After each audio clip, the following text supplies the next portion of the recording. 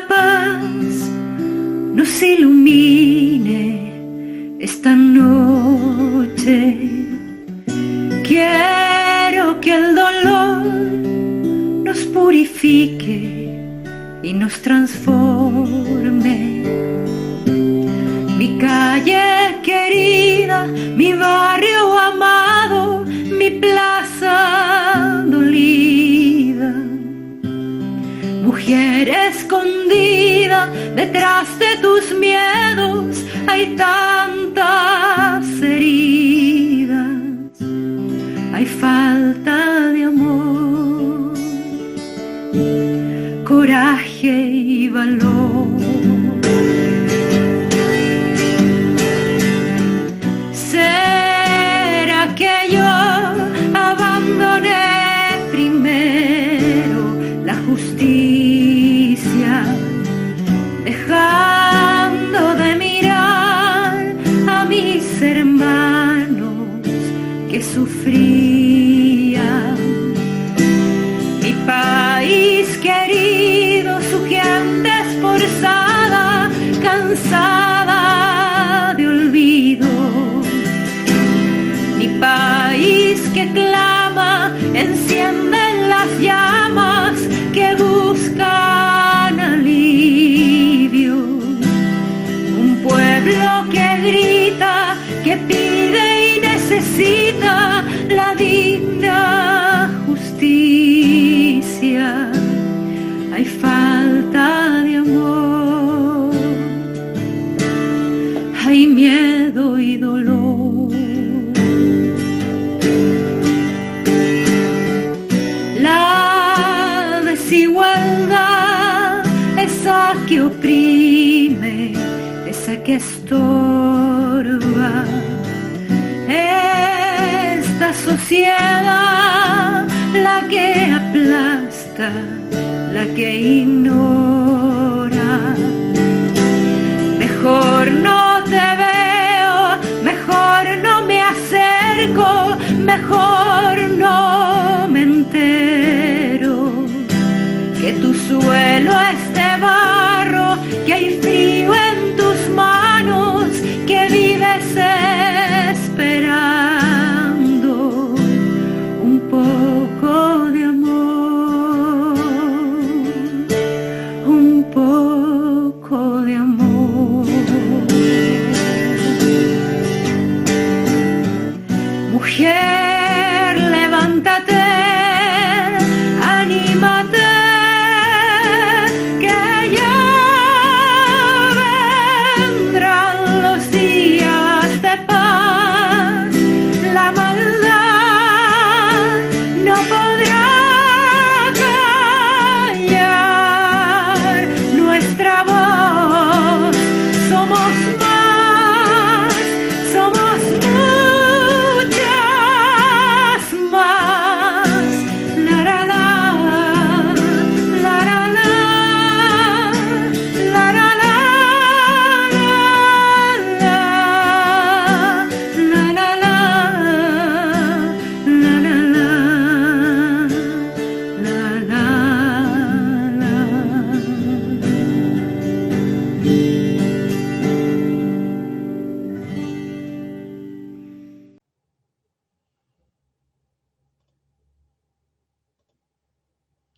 Buenas tardes, les saludo. Es un gusto compartir con ustedes este estudio bíblico, estar en este momento meditando en torno a la palabra, reflexionando y además pues escuchando esta motivación musical que ya nos va poniendo en sintonía. Les invito a que nos dispongamos para este tiempo de encuentro con la palabra de Dios, para compartir su mensaje y acogerlo en nuestra vida y llevarlo también a la práctica. Dice la epístola de Pablo a los Efesios en el capítulo 2, versículos 14 al 22. Porque Él es nuestra paz. De dos pueblos hizo uno solo, al derribar la pared intermedia de separación, y al abolir en su propio cuerpo las enemistades. Él puso fin a la ley de los mandamientos expresados en ordenanzas, para crear en sí mismo de los dos pueblos una nueva humanidad, haciendo la paz, y para reconciliar con Dios a los dos en un solo cuerpo mediante la cruz, sobre la cual puso fin a las enemistades. Él vino y a ustedes que estaban lejos les anunció las buenas nuevas de paz, lo mismo que a los que estaban cerca. Por medio de él, unos y otros tenemos acceso al Padre en un mismo espíritu. Por lo tanto, ustedes ya no son extranjeros ni advenedizos, sino conciudadanos de los santos y miembros de la familia de Dios. Y están edificados sobre el fundamento de los apóstoles y profetas, cuya principal piedra angular es Jesucristo mismo. En Cristo, todo el edificio bien coordinado va creciendo para llegar a ser un templo santo en el Señor. En Cristo, también ustedes son edificados en unión con Él, para que allí habite Dios en el Espíritu. Esto es palabra de Dios. Oh Señor, Padre nuestro que nos amas con amor de madre, haz que la humanidad que has creado vuelva sus ojos a ti y vea tu misericordia que espera para ser recibida en cada corazón. Nosotros, tus hijos e hijas, te pedimos fortaleza y discernimiento para ser auténticos profetas entre tu pueblo afectado por las injusticias y sembradores de paz en lugares donde pretenden triunfar la muerte y el miedo. Que con nuestro testimonio vuelva también la esperanza a nuestros hermanos y hermanas que por las situaciones vividas la han perdido. Queremos servirte, Señor, con la convicción de que esta obra es tuya y nosotros somos solo obreros de tus campos, haciendo tu voluntad. Agradecemos tu bondad para con todos nosotros y nos ponemos en tus divinas manos maternales. Amén. Bien, hoy vamos a estar reflexionando sobre un texto del profeta Isaías, el capítulo 59, completo. Vamos a revisarlo porque realmente es oportuno para este tiempo, el tiempo que estamos viviendo, la época en la cual nos encontramos. Y como lo hemos hecho en los estudios bíblicos de cada semana, pues hemos tratado de poner un punto de reflexión que nos mueva no solo a quedarnos con el mensaje que la palabra nos transmite, sino que podamos realizar acciones también de transformación, incluso en esta época que tanto nos demanda. Entonces, con la lectura de este texto, pues damos continuidad al estudio bíblico, saludando a quienes nos están siguiendo a través de Facebook en este momento también, y quienes desde diferentes lugares se van conectando para escuchar estas reflexiones. También quienes están aquí en Zoom, les damos la bienvenida. Saludo, Angie Tatiana, un gusto que estés acá compartiendo esta tarde también con nosotros, como lo sueles hacer cada semana. Bienvenida. Bien, vamos a leer Isaías 59 y yo le voy a pedir a Angie que me ayude. Yo voy a leer hasta el versículo 11 y tú me colaboras desde el 12 hasta el final. Isaías 59. Entonces dice así la palabra de Dios. Bien pueden ver que la mano del Señor no está impedida para salvar, ni sus ojos se han agravado para no oír. Son las iniquidades de ustedes las que han creado una división entre ustedes y su Dios. Son sus pecados los que le han llevado a volverles la espalda para no escucharlos. Ustedes tienen las manos manchadas de sangre. Sus dedos están llenos de iniquidad. Mienten con los labios y emiten maldad con la lengua. No hay quien clame por la justicia ni quien juzgue con la verdad. Confían en lo que no es y profieren mentiras. Conciben maldades y dan a luz iniquidad. Incuban huevos de áspides y tejen telarañas. El que coma de esos huevos morirá, y el que los exprima sacará de allí una víbora. Sus telas no sirven para vestir, así que no podrán cubrirse con lo que hacen. Sus obras son obras de iniquidad. Lo que hacen es producto de la rapiña. Sus pies corren al mal y se apresuran para derramar sangre inocente. Sus pensamientos son pensamientos malvados. En sus caminos solo hay destrucción y quebrantamiento. No conocen el camino de la paz, ni hay justicia en sus caminos. Sus veredas son torcidas, y todo el que las siga jamás conocerá la paz. Por eso la justicia se alejó de nosotros y el derecho no nos alcanzó. Esperábamos luz y lo que tenemos son tinieblas, resplandores y andamos en la oscuridad. Palpamos la pared y andamos a tientas como si fuéramos ciegos o no tuviéramos ojos. Tropezamos a plena luz del día como si fuera de noche. Nos contamos entre los fuertes y parecemos muertos. Todos nosotros gruñimos como osos. pero nuestras quejas son gemidos de paloma. Esperábamos justicia y no la hay. La salvación se ha alejado de nosotros. Dice así, porque nuestras rebeliones se han multiplicado delante de ti, y nuestros pecados han atestiguado contra nosotros, porque con nosotros están nuestras iniquidades y conocemos nuestros pecados. El prevaricar y mentir contra Jehová y el apartarse de en pos de nuestro Dios, el hablar calumnia y rebelión, concebir y proferir de corazón palabras de mentira. Y el derecho se retiró, y la justicia se puso lejos, porque la verdad tropezó en la plaza, y la equidad no pudo venir. Y la verdad fue detenida, y el que se apartó del mal fue puesto en prisión, y lo vio Jehová, y desagradó a sus ojos, porque pareció el derecho. Y vio que no había hombre, y se maravilló que no hubiera quien se interpusiese, y lo salvó su brazo, y le afirmó su misma justicia. Pues de justicia se vistió como de una coraza, con yelmo de salvación en su cabeza. Tomó ropas de venganza por vestidura, y se cubrió de celo como de manto, como para vindicación, como para retribuir con ira a sus enemigos, y dar el pago a sus adversarios. El pago dará a los de la costa. Y temerán desde el occidente el nombre de Jehová, y desde el nacimiento del sol su gloria. Porque vendrá el enemigo como río, mas el Espíritu de Jehová levantará bandera contra él. Y vendrá el Redentor a Sión, y a los que se volvieren de la iniquidad en Jacob, dice Jehová. Y este será mi pacto con ellos, dijo Jehová, el Espíritu mío que está sobre ti, y mis palabras que puse en tu boca, no faltarán de tu boca, ni de la boca de tus hijos, ni de la boca de los hijos de tus hijos, dijo Jehová, desde ahora y para siempre. Amén.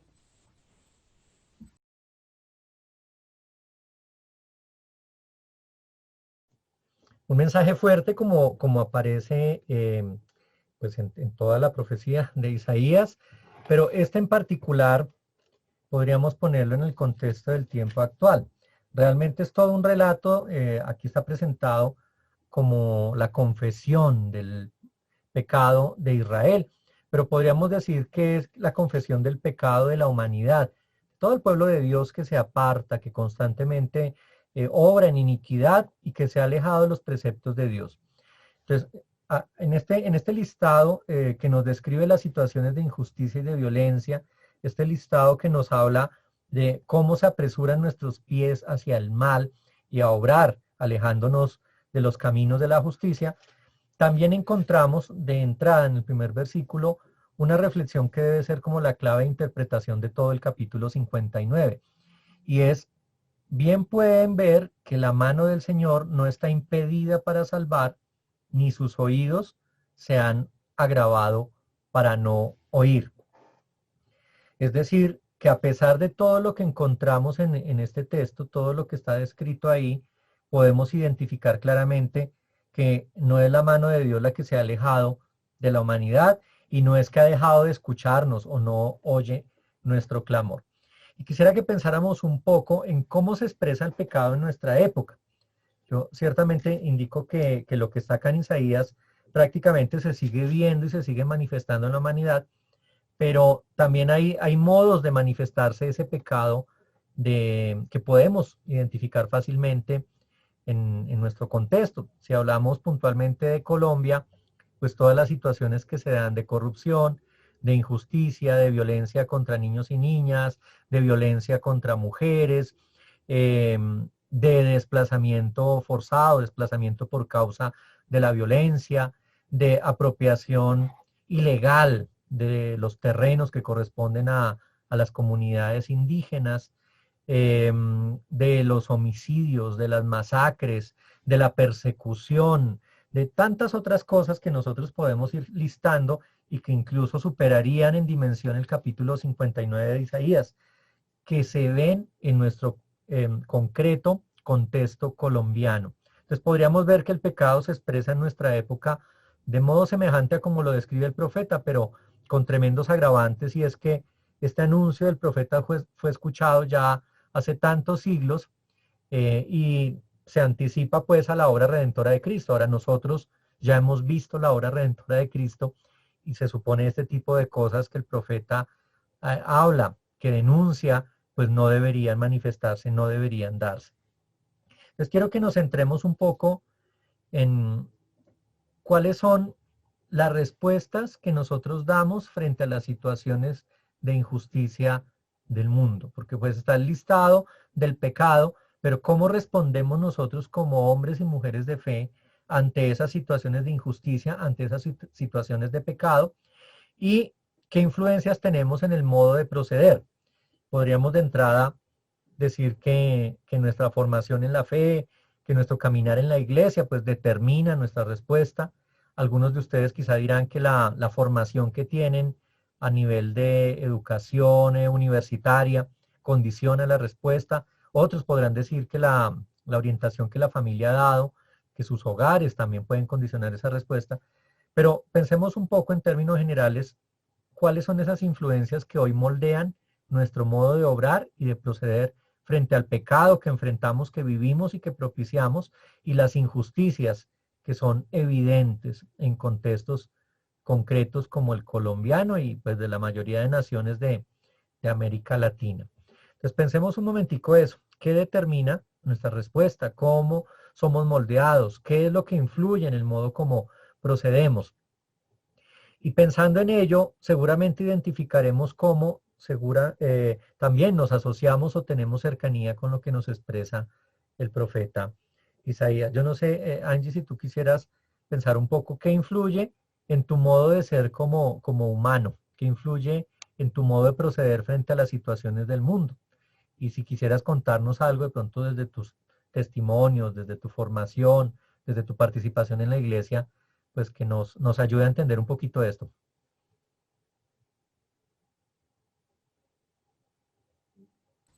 Sí, claro que sí, pastor. Pues estaba pensando en cómo se expresaba el pecado y claramente pues en este momento lo estamos viendo casi todos los días en cuanto a injusticias que vemos, no solo por la televisión, sino tal vez personas cercanas a nosotros que lo viven. Envidia, avaricia. También pensaba mucho en la mentira, ¿no? Que ahora se está viendo solamente como para conseguir nuestro propio beneficio. Entonces también lo pensaba de esa manera y también lo pensaba en la respuesta que nosotros tenemos como personas en la fe. Lo veía en que sí tenemos una actitud, digamos, activa en cuanto a oración, en cuanto a ese apoyo que también el mundo necesita en un momento, pero también lo veo de la misma manera en cuanto a una actitud un poco pasiva. Pensamos en que, no sé, ayudar de una manera, pero en realidad no lo hacemos a nuestro prójimo. Y a lo largo de mi vida, digamos que el modo que ha influido es claramente mi familia en cuanto al proceso de mi crianza, digámoslo así, y la sociedad también, porque pues uno en algún momento sale digamos, un poco de su familia y ya se acerca a otros lugares y estos también influyen. Entonces, pensaría que hay que, pues, en cuanto a mi experiencia de vida, diría que hay que seguir trabajando en esa actitud pasiva que sigo teniendo en cuanto a muchas injusticias que se viven ahora en el país y en cuanto a tal vez a mi prójimo, la persona que se acerca a mí. Gracias, Angie Tatiana. Fíjense que justamente eso que tú dices conlleva desde la mirada del profeta algunas implicaciones. Versículo 9, estamos leyendo el capítulo 59, el versículo 9 dice: por eso la justicia se alejó de nosotros y el derecho no nos alcanzó. Esperábamos luz y lo que tenemos son tinieblas, resplandores y andamos en la oscuridad. Entonces, de alguna manera, el autor sagrado reconoce que el apartarse de Dios conlleva ponernos en una situación en que es difícil encontrar, identificar o ver la justicia.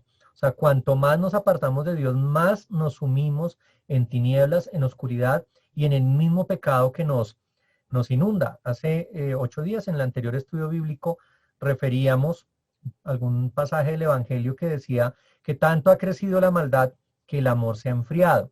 Entonces es tanta la maldad que el amor nuestro se va enfriando, y ese enfriamiento conlleva justamente que no podamos ver la justicia, que nos apartemos de las sendas de la paz y que todo se torne nublado. Y pues obviamente eso tiene que ver con lo que dice el versículo 13 también. Hemos ofendido al Señor, le hemos mentido, nos hemos alejado de nuestro Dios. Entonces, en ese sentido, alejarse de Dios significa, pues en el lenguaje bíblico y desde nuestra comprensión de la fe como creyentes, hombres y mujeres de fe, alejarse de Dios es estar en el pecado, alejarse de Dios es privarse de la bondad, de la misericordia y del amor que Él tiene para nosotros, que no nos esconde, que no nos quita, que no nos oculta, sino que la tiene allí dispuesta. Pero esta se constituye en una opción personal, es decir, terminamos nosotros definiendo nuestra lejanía de Dios y privándonos automáticamente de los dones y de la gracia que Él nos tiene. Pensaba un poco en un análisis que se hace la famosa pintura, el fresco de la creación, que se encuentra en la Capilla Sistina, donde se ve el ser humano y se ve a Dios como acercando sus manos el uno al otro y tratando de juntar los dedos. Los estudiosos dicen que esos dedos no se tocan, como aparece en la pintura que magistralmente el artista ha expresado en este mural. Los dedos están lejanos, algunos centímetros quizá, pero se ve que el dedo de Dios está bien estirado. Pero el dedo del ser humano, en este caso el dedo del hombre, de Adán, que es representado en la pintura, se ve un poco curvado, como doblado. Y eso, dicen quienes analizan la pintura, significa que Dios tiene el dedo completamente estirado porque quiere tocar y alcanzar a la humanidad. Pero el ser humano retrae el dedo porque no quiere dejarse tocar por Dios. No quiere permitir ese contacto con lo sagrado. Un poco lo que nos dice el versículo 1 de este capítulo 59 de Isaías. Bien pueden ver que la mano del Señor no está impedida para salvar. Es decir, no es Dios quien ha apartado su mano de la humanidad. Y esto respondería a muchas preguntas que se formulan en este tiempo y que históricamente la humanidad ha formulado, como el hecho de por qué Dios no estaba presente cuando aconteció tal cosa que nos hizo mal, o dónde está Dios cuando estamos sufriendo, o por qué Dios se ha alejado de la humanidad. Entonces fíjense que el autor sagrado nos está recordando que la mano del Señor no se ha apartado de nosotros para salvarnos. Su mano así se ha extendido y sigue extendida para ayudarnos. Entonces, ¿dónde está el problema? En nosotros que nos hemos alejado de Él.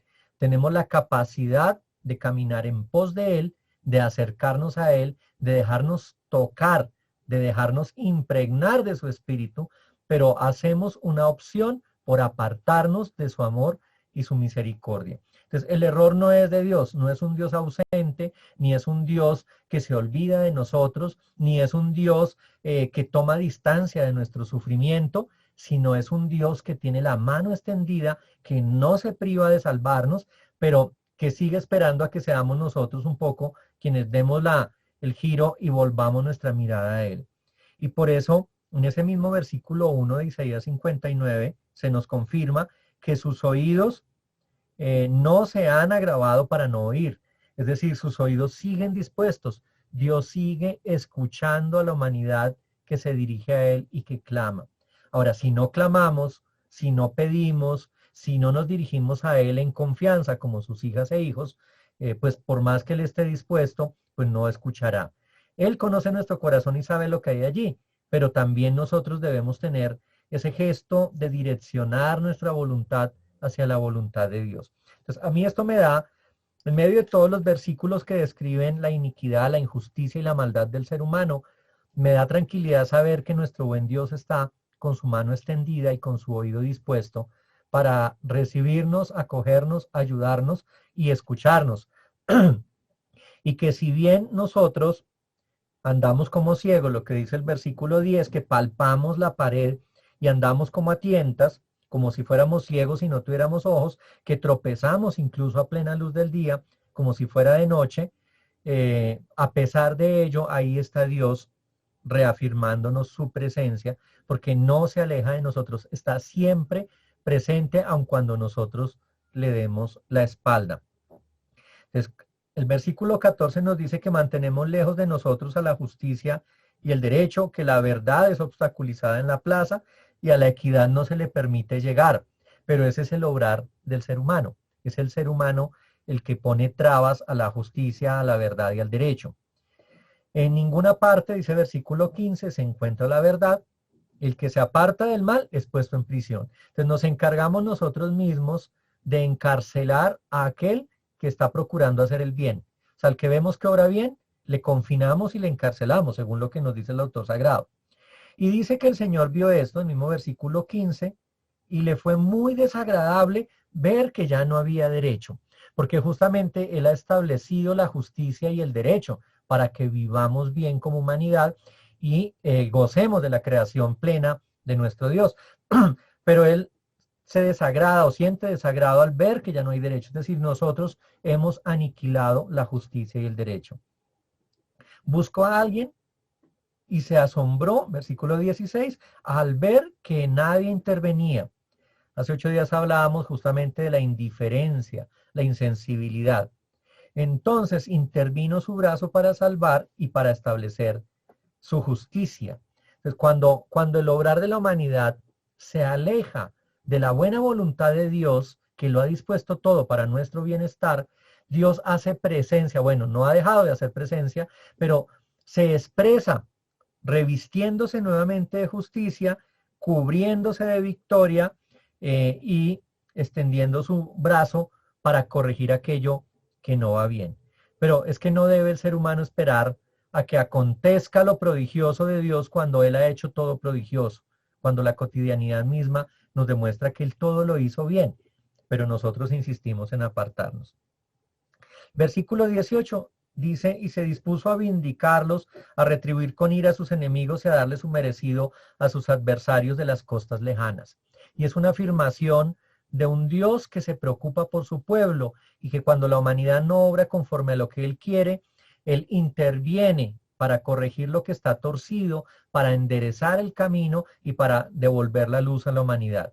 Entonces ahí es donde viene el temor y a mí me encanta pensar en la palabra temor, que es la que tiene la mayoría de traducciones, cuando se refiere a la relación del hombre hacia Dios como temor, sentir temor de Dios, porque el temor significa expectación, el temor significa respeto y admiración. El temor incluso significa sorpresa. Es una mezcla entre el miedo por lo que nos puede acontecer, pero la admiración por ese ser supremo. Y cuando hablamos del temor de Dios, el sentir temor hacia Dios, lo que estamos reafirmando es que a pesar de desconocer con nuestro mal proceder la presencia de Dios en nuestra vida, cuando le contemplamos esa sensación de esplendor, de admiración, que está impregnadísima de amor y de disposición hacia lo sublime, lo sagrado, lo grande, pues nos reactiva, un poco con miedo, claro, porque sabemos que hemos cometido errores y que hemos pecado, pero también con admiración sabiendo que Dios obra en misericordia. El versículo 20 nos recuerda, vendrá el Redentor a Sión, vendrá a todos los de Jacob que se arrepientan de su maldad.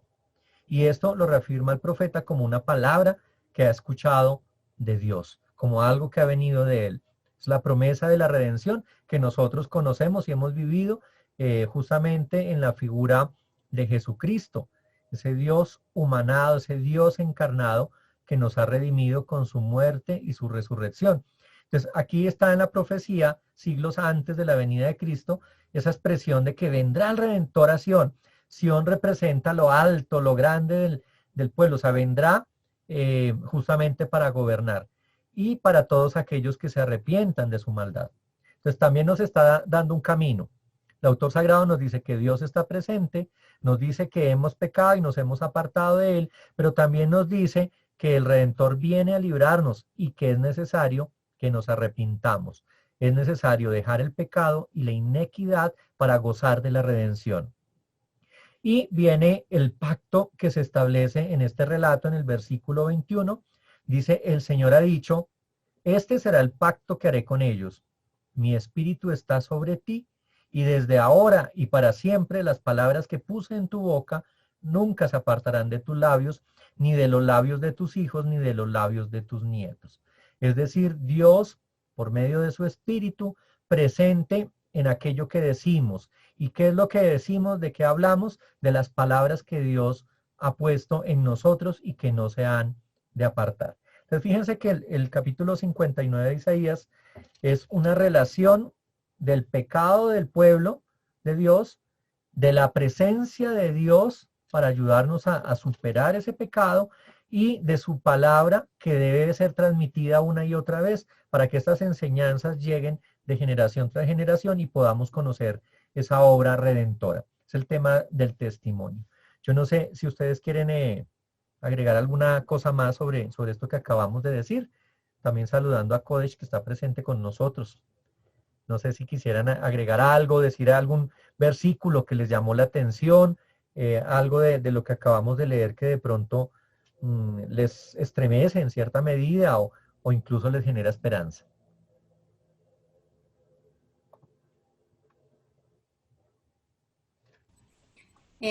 Bueno, pues yo quería decir que si el versículo, el último, el 21, sí, digamos que me genera un poco de, como tú decías, de esperanza en cuanto a si nosotros hayamos estado en iniquidad, en pecado, Él aún ese amor que nos tiene, o sea, el amor que Él nos siente, que es tan inimaginable, hace que nosotros, digamos, llegamos a tener un nuevo camino, una nueva esperanza de vida y que, como ahí decía, que se pase de generación en generación, ¿no? Y era esa relación que tú hacías con la pintura, que la mano de Dios nunca se aparta. Y como lo vuelvo a decir, así fallemos, así estemos en pecado, Él siempre va a estar ahí, así cuando tomemos la decisión también de acercarnos a Él. Lo pensaba también en cuanto a una vez en una clase escuché a uno de mis profesores que hacía una relación con una de las tribus, no recuerdo muy bien cuál era, creo que era en Villavicencio, y él decía, es que muchas personas, no sé si puedo hacer la relación, pero va a tratar. En Villavicencio hay una tribu y muchas personas citadinas se acercan allí a este lugar como para alcanzar, no sé si me equivoco decir, esa divinidad que esa tribu específica puede llegar a sentir, pero entonces los citadinos no. Y ellos decían, es que la misma maldad, un mismo pecado, les ha puesto como un velo que no pueden ustedes llegar a percibir, porque ustedes no están acá con nosotros, no están en nuestra comunión, y nunca lo van a llegar a sentir, porque es, como vuelvo y le digo, un velo que nunca se va digamos, ya está partido y ya nunca más va a volver a hacer. Entonces, digamos que lo hacía esa misma relación, y sí, era eso. Gracias, Angie. Pues fíjate, el versículo 4 de este capítulo 59 da cuenta un poco de lo que tú estás diciendo. Dice, no hay quien clame por justicia ni quien juzgue con la verdad. Confían en lo que no es y profieren mentiras, conciben maldades y dan a luz iniquidad. Es decir, es la ausencia de la voz profética. Entonces parece que al apartarnos también nos hemos enceguecido y terminamos confiando en lo que no es.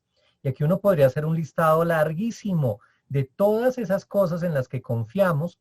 A veces no son cosas como objetos materiales, sino ideas, ideologías, comprensiones de la vida y del mundo. Incluso yo diría, está de moda y lo ha estado durante la última década, el formarse para ser entrenador personal y en términos del proceder y de la conducta humana,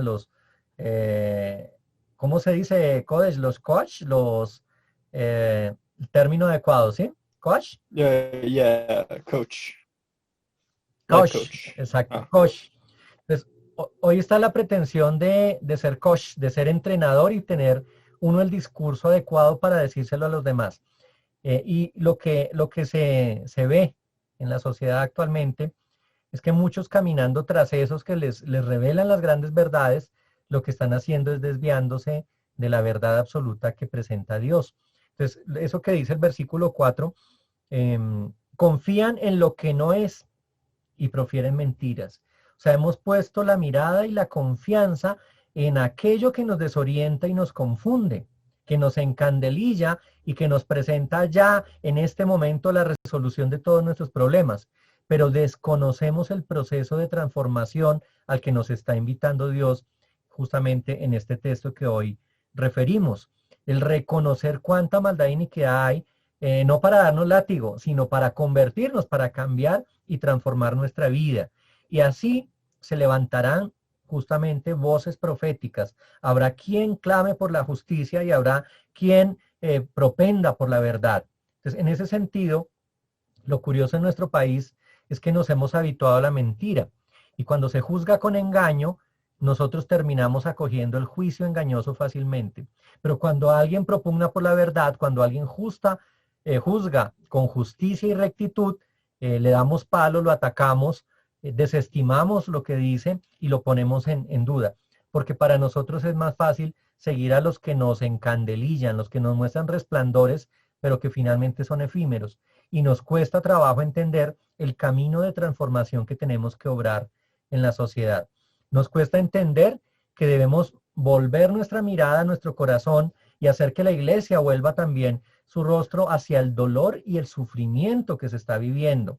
Y ese sufrimiento que no hace distinción, ese sufrimiento que se presenta en todos los escenarios de la sociedad, ese sufrimiento que marginaliza, que confina, pero a veces por nuestro juicio retorcido terminamos excluyendo a quien está sufriendo porque nos parece que lo que sufre lo merece por su pecado, porque ya hasta podemos señalar el pecado del otro. Nos sentimos con la autoridad para indicar qué es pecado y qué no lo es, y generalmente consideramos pecado todo el obrar del otro, pero no el nuestro. Pocas veces reconoceremos nuestro propio mal obrar, pero pensaremos que lo que el otro hace, eso sí es pecado, y por eso la injusticia y por eso el sufrimiento parece que fueran justificados en el sufrimiento del otro porque ha obrado mal o porque ha pecado. Entonces fácilmente establecemos juicios, y lo que nos está diciendo el texto sagrado, el profeta Isaías acá justamente es que se necesita quien clame por la justicia, pero que juzgue con la verdad.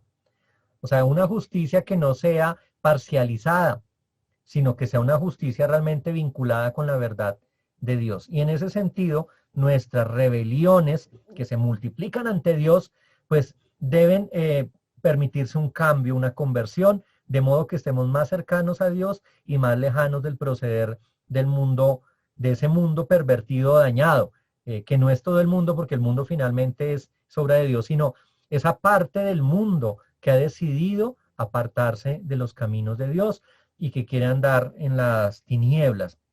Entonces, en ese sentido, es verdad, podemos establecer caminos de búsqueda y buscar la paz, la serenidad en lugares recónditos y caminar tras los gurúes o caminar tras los coach o buscar esos liderazgos que nos van a hablar del éxito y la prosperidad, pero finalmente, en tanto no extendamos nuestro dedo para alcanzar el dedo de Dios, haciendo alusión a este mural, a esta pintura de la que les hablaba hace un momento, en tanto no permitamos que ese brazo y esa mano extendida de Dios nos alcance, pues no podremos realmente sentir el impacto de la redención obrada en Jesucristo. Y eso pasa por tener una mirada semejante a la de Jesús. Y ese es el modelo. Esto que está en Isaías, pues es profecía, es algo que se anticipa y que evidencia la realidad que vivían en su tiempo, pero también nos pone de manifiesto en ese versículo 20 que vendrá el Redentor, y nosotros sabemos que ya ha venido y ha obrado. Entonces, ¿qué tenemos que hacer? Acudir en pos de ese que nos ha redimido y obrar conforme Él obra, conocer a Cristo y su modo de proceder compasivo, usar los lentes, la mirada de la que se vale Cristo frente al mundo. Él que no anda viendo pecados por todas partes, sino que ve una humanidad con dolor y sufrimiento, una humanidad maltratada, que ve en las mujeres, en los niños, en las viudas, en aquellos que han sido considerados impuros en la sociedad de su tiempo, ve una oportunidad de amor, de reconciliación y de cercanía, que no está tan dispuesto a señalar como sí a sanar, a restablecer, a curar, a acoger, a redignificar. Y ese es el modelo que debemos seguir. el modelo de un Cristo que es amor y que deja de lado el juicio sobre el pecado puntual de ese hombre o esa mujer que encuentra en el camino, porque ve el corazón de ese hombre y esa mujer en el camino y les acoge como hermanos suyos, nos hace hijos e hijas de Dios por medio suyo, Él que es el Hijo de Dios. Entonces fíjense que ya como dando luces al texto de Isaías, tenemos que vivir, entender y comprender el modelo de Cristo, obrar conforme Cristo lo haría, sabiendo que nosotros llevamos nuestra propia cruz, que debemos caminar con ella, que no cargamos cruces ajenas, pero que nuestra cruz significa también la posibilidad de caminar junto a Cristo y entender el camino de cruz que Él llevó para concedernos la salvación. Entonces, obrar según el modelo de Jesucristo.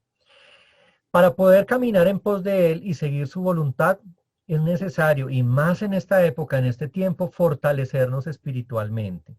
¿Cómo lo hacemos? Lo decíamos en el estudio bíblico anterior, por medio de la oración. Es importante y es necesario orar, pero no una oración condicionante ni condicionada. Me explico, no una oración que le pone condiciones a Dios, no una oración que negocia con la voluntad de Dios, no una oración que está ahí para pedir lo que a mí me beneficia, aun cuando perjudique al otro. Entonces, en ese sentido, no es condicionante nuestra oración, es una oración espontánea desde el corazón y no está condicionada a quién se dirige y a quién no, a quién alcanza y a quién no. No es la oración del fariseo que se siente pleno cumplidor de la ley y que le da gracias a Dios porque no es como el publicano, sino es la oración justamente del que se reconoce pecador y le dice a Dios que tenga misericordia de sí. En ese sentido, no podemos orar pidiendo para que el otro cambie. Debemos orar pidiendo para permitir que Dios obre en nuestra vida para cambiar y ver al otro de modo diferente. Porque a veces pedimos así, Señor, que el otro sea como yo, que el otro obre como obro yo, que el otro vaya a la iglesia conmigo, que el otro lea la palabra como la leo yo con esas ganas y esa emoción. Y lo que debemos pedir es que podamos nosotros mismos cambiar y convertirnos conforme a lo que Dios quiere de nosotros y hacernos instrumento para mostrar el rostro de Dios a esos otros que están en el camino y que originalmente juzgábamos, pero que ahora nos enseñan cuál es el camino mejor. Y ese camino mejor pasa por la compasión, por la solidaridad y por la misericordia. Entonces ahí van como dos pautas para hacer la diferencia, para alejarnos de toda esa maldad e iniquidad de la que nos habla Isaías. Uno, pues seguir el modelo de Cristo, pensar como lo pensaría él, obrar como obraría él, ver a la humanidad con los ojos que él la ve. Y dos, pues el fortalecimiento espiritual que pasa por la oración, pasa por el estudio bíblico, por la comprensión de la palabra, pero ante todo por la práctica de la compasión. Oración, estudio de la palabra, ese mensaje vivo en nosotros, y compasión, que no es otra cosa que la expresión de la palabra que no se quedó en el nivel intelectivo, sino que fue puesta en el corazón y en las manos. Esa palabra se hace compasión. Y pues en tercer lugar, como una pauta para superar tanta maldad y ver esa luz al final de las situaciones de sufrimiento e iniquidad, está el superar el miedo. Infinidad de veces nos dice la Escritura, tanto en el Antiguo como en el Nuevo Testamento, que es necesario dejar el miedo. Mismo Jesús, en los momentos que se encuentra con sus discípulos, les dice, no tengan miedo, no teman. Y superar el miedo es lo que nos va a permitir actuar. Ojo que el miedo es lo que nos bloquea, el miedo es lo que nos impide crecer espiritualmente, el miedo es lo que nos aparta incluso de Dios. Esa comprensión de haber obrado mal, un poco lo que le pasa a Caín, que se esconde, un poco lo que le pasó a Adán y Eva, también en el relato de la creación, en esa figura mítica que nos habla de toda la humanidad, como cuando sabemos que hemos obrado mal, tenemos miedo y nos escondemos. El miedo no es lo que quiere Dios en la relación entre Él y nosotros. Quiere el temor, porque el temor, como yo lo decía hace un momento, el temor es admiración. El temor es tener algo en el corazón que me mueve a sentir devoción por esa majestuosidad de un Dios de vida, que claro que intimida a sus enemigos, intimida a los que obran mal, pero que a mí me garantiza perdón, que me garantiza misericordia, que me llena de gracia y que me da confianza. Entonces, 3 cosas para resumir, para enfrentar esto de lo que nos habla el profeta Isaías. Conocer a Cristo y seguir su modelo, fortalecernos espiritualmente por medio de la oración, el estudio de la Sagrada Escritura, de la palabra y llevar la palabra a la compasión y superar el miedo para poder actuar. Eso hace la diferencia. Eso nos va a permitir decir que somos cristianos y cristianas y que realmente tiene sentido nuestra fe en medio de esta sociedad que es muy semejante a la que describe Isaías, solo que peor, más alterada y más apartada de Dios. Y peor aún, la sociedad que describe Isaías es una sociedad previa a la venida de Cristo. Nuestra sociedad es post-redención, es decir, está después de la obra salvífica de Jesucristo. Entonces, eso es un agravante, el que obremos con iniquidad, que sigamos siendo malos, que nos empecinemos en el pecado, a pesar de que hemos comprendido y hemos conocido, hemos visto y hemos oído la redención de Dios por medio de Jesucristo. Entonces, fíjense que hay un camino de trabajo, no es desalentador lo que nos dice la palabra, sino más bien es motivador. Cuando yo sé que aún me falta mucho, lo que hago es emprender la tarea, comenzar temprano e ir avanzando lo más que pueda cada día. No me cruzo de brazos porque me falta mucho, porque si me cruzo de brazos no hago nada, me retraso en el proceso. Pero si yo estoy dispuesto a caminar sabiendo que me falta mucho, cada paso que dé me aleja más del pecado, me aleja más de la maldad, pero me acerca a la meta que Dios me establece, que Dios ha puesto, que no es una meta imposible, sino es una meta que tiene que ver con mi propia vida, con mi capacidad y con mi propio proceso. Y es una meta en la que podemos caminar juntos como comunidad. Es una meta que nos permite apoyarnos mutuamente, hacer que nuestra carga sea más llevadera en la medida que caminamos juntos, sabiendo que con nosotros va Cristo y que la fuerza de su Espíritu es la que nos impulsa y que es la voluntad de Dios Padre el que caminemos y alcancemos la meta que está esperándonos, que espera por nosotros y que tiene que ver con nuestra propia vida. No sé, Angie, Kodesh, si quieren ustedes agregar, decir algo más a esta reflexión. Yo, en tanto, si me permite, voy saludando a Fátima Reina, Pastor John Botía, a ver quién más, varias personas que han reaccionado a nuestra publicación, que están viendo el video en este momento. A Carmen Palencia, a Andrés Garzón de Solo por Fe, a Maritza Jacobo de Santiago Apóstol, a Cindy Hernández de San Pedro, que están siguiendo la transmisión a través justamente de Facebook. Ahora sí, ¿qué ibas a decir, Kodesh? Sí, que... se me fue. Que sí, entonces el mismo hecho de que tengamos tanto temor a Dios significa que no tenemos que tener temor a nada más, ¿no? Como siempre dicen, si Dios conmigo, ¿quién en contra? ¿You know? Entonces, pues sí, solo quería decir eso. Bien, sí, uno con Dios no tiene que tenerle miedo a nadie. Tal cual. En Cristo somos más que vencedores, dice Pablo, y eso pues se reafirma en toda la Escritura. Con Dios de nuestra parte, ¿quién contra nosotros? ¿Quién nos va a poder si estamos con Dios? No sé si hay algo más que ustedes quieran decir, complementar a esta reflexión. Yo sé que a veces es fuerte y de hecho debe serlo el mensaje de la Escritura, pero se hace fuerte cuando hemos entendido que nos habla a nosotros. Y justamente por ser tan fuerte y tan directo, tan frontal, pues nos mueve al cambio, a la transformación, a querer obrar de otro modo. Para aquel que esto es solamente un relato que no habla de su propia vida, pues ese no está dispuesto a cambiar. Y en el caso nuestro, que escuchamos la palabra y la acogemos, sabemos que nos está hablando también a nosotros a través del autor sagrado, nos está hablando a nuestra vida y a nuestro contexto.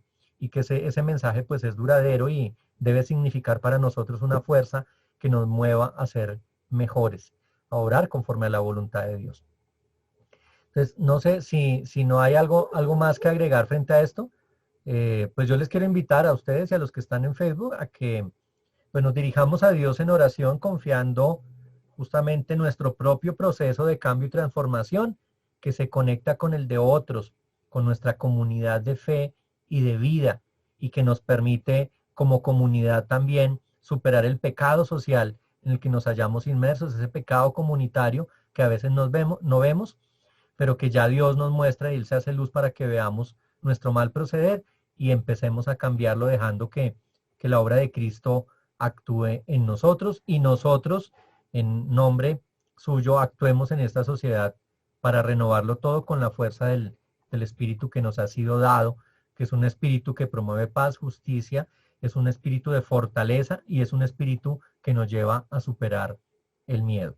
No sé, Codes, si tú quisieras orar, recogiendo todas las intenciones que pueda haber en este momento, las que hay en sus corazones, y orar también pidiendo a Dios que nos sostenga, que su mano no se canse de estar extendida hacia nosotros y que la nuestra pueda estirarse finalmente hacia la de Él para dejarnos tocar, agarrar, asir por ese Dios que no desatiende nuestro clamor. Oremos. Listo. Señor, te damos gracias por este día, gracias por todo lo que nos has dado, todo lo que nos sigues dando todos los días. Dios, gracias por siempre estar ahí, siempre estar pendiente, siempre estar listo para que nosotros demos nuestro primer paso, para que nosotros podamos seguir en este camino que tú nos dejaste, seguir en este camino que queremos hacer, seguir en este camino que tú quieres que hagamos.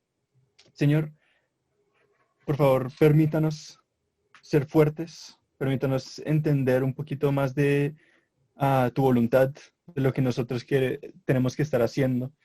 Por favor, denos esa esperanza para seguir a través de todo lo duro, de todos los problemas que pueden haber. Por favor, Señor.